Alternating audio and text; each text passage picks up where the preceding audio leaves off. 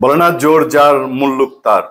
মুল্লুক এখন বিএনপির, আক্ষরিক অর্থে তাই। কারণ বর্তমান সরকারের এটা মানে জুলাই আগস্টের অভ্যুত্থান দিয়ে এসছে, তার জনসমর্থন নিয়ে প্রশ্ন আছে, তার ফোর্স নিয়ে প্রশ্ন আছে। এই যা বাংলাদেশের প্রশাসন, পুলিশ, তো বাংলাদেশ সরকারের এই সরকার দীর্ঘমেয়াদী থাকার যে পরিকল্পনা চিন্তার কথা শোনা যায়, সেই জায়গায় তার ভিত্তিটা কি?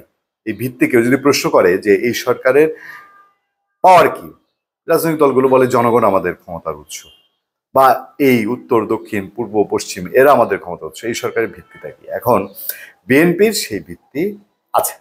বাংলাদেশে বড় রাজনৈতিক দল যারাই আছে তাদের একটা বেজ আছে। আওয়ামী লীগের ছিল, জামাতে ইসলামীর আছে।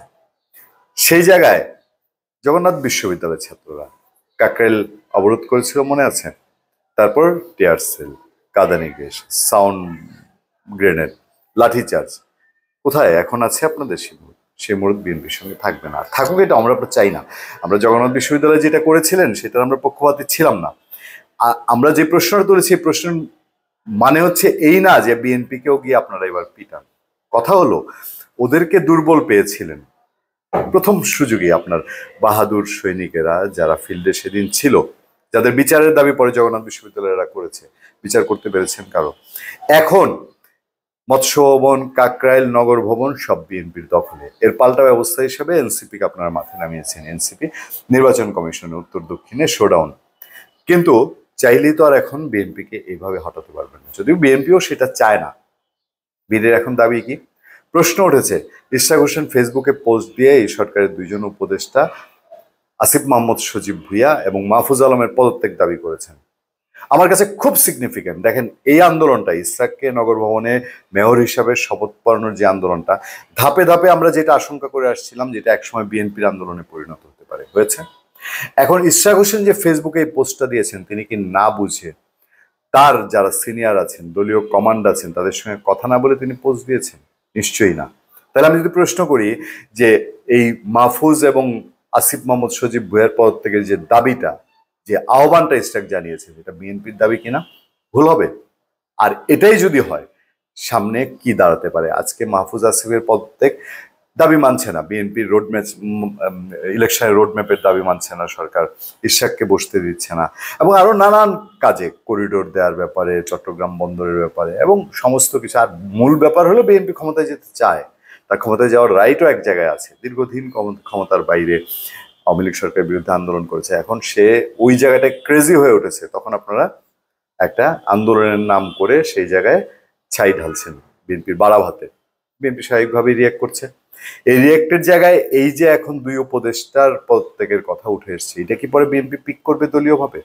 বিএনপিও কি বলবে যে এই দুই উপদেষ্টার পদত্যাগ করা উচিত?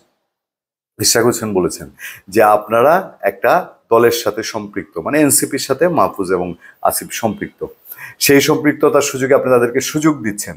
উদাহরণ টেনে ইশরাক বলছেন যে আপনারা আপনাদের যে এর আগের নাহিদ পদ করে গিয়েছেন, আপনারা সেই পদ বেছে নেন। আর না হলে সরকারের নিরপেক্ষতা প্রশ্ন উঠবে নিরপেক্ষতা নিয়ে। এরকম সিচুয়েশনে এখন বিএনপি যদি এইটা পিক করে যে আমরা নাহিদ এবং আমরা মাহফুজ এবং আসিফের পদত্যাগ চাই, দলীয়ভাবে যদি এই অবস্থানে যায়, তাহলে পরিস্থিতি জটিল হবে। যদি বিএনপির স্থায়ী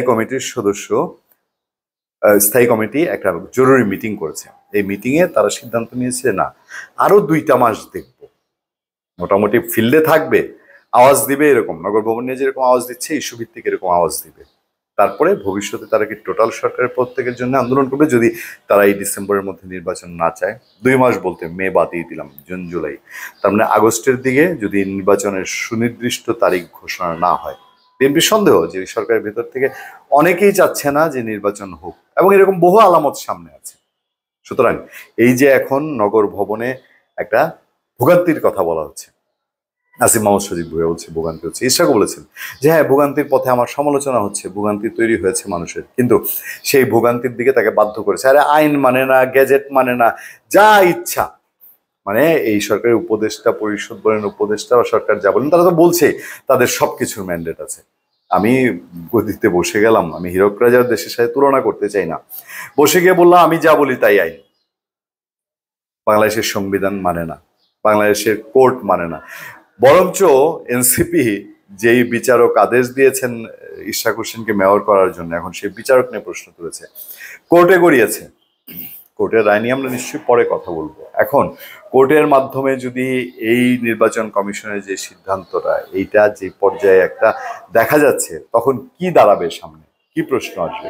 সুতরাং বাংলাদেশে এখন রাজনীতি যে সিচুয়েশনে গেছে, সুনির্দিষ্টভাবে বলা যায় আওয়ামী লীগ নাই, জামাত ইসলামী চুপ দর্শকের জায়গায় আছে। এখানে জামাত কিন্তু কোনো বক্তৃতা বিবৃতিও দিচ্ছে না, কোনো কমেন্টও করছে না। এনসিপি মাঠে আছে, এনসিপির সাথে জামাতের একটা অতীত যোগাযোগ বলা হয়, যদিও এখন টানাপোড়েনের বিষয়। জামাত চুপচাপ, বিএনপি প্রায় অল আউট মাঠে নামার পথে। তার একটাই কথা, নির্বাচন দাও, আমার হাতে ক্ষমতা দাও। তাদের কথাবার্তা, বডি ল্যাঙ্গুয়েজ সেটাই প্রমাণ করে। কিন্তু এই সরকার যে এসেছি যখন, এত তাড়াতাড়ি তো যাবো না, তাই না? নিমন্ত্রণ ছাড়াই এসেছে, আমন্ত্রণ ছাড়াই অতিথি এসছে। তো অতিথি যেহেতু নিমন্ত্রণ আমন্ত্রণ ছাড়াই এসছে, যাবেও তো তার তার ইচ্ছাই। আমাদের গৃহস্থের ইচ্ছায় তো আর এই অতিথি আসেন নাই। তো গৃহস্থের ইচ্ছার বাইরে যেহেতু অতিথি জোর করে এসছে, এই অতিথি কি আর আমরা দূর করতে পারবো জোর করা ছাড়া? সেই সিচুয়েশন, সেই পলিসি থেকে যাচ্ছে বিএনপি। ধন্যবাদ সবাইকে, ভালো থাকবেন, সুস্থ থাকবেন। সত্য, করুণা এবং সহনশীলতার সাথে আপনার সাথে আমি আতিক রহমান পূর্ণিয়া।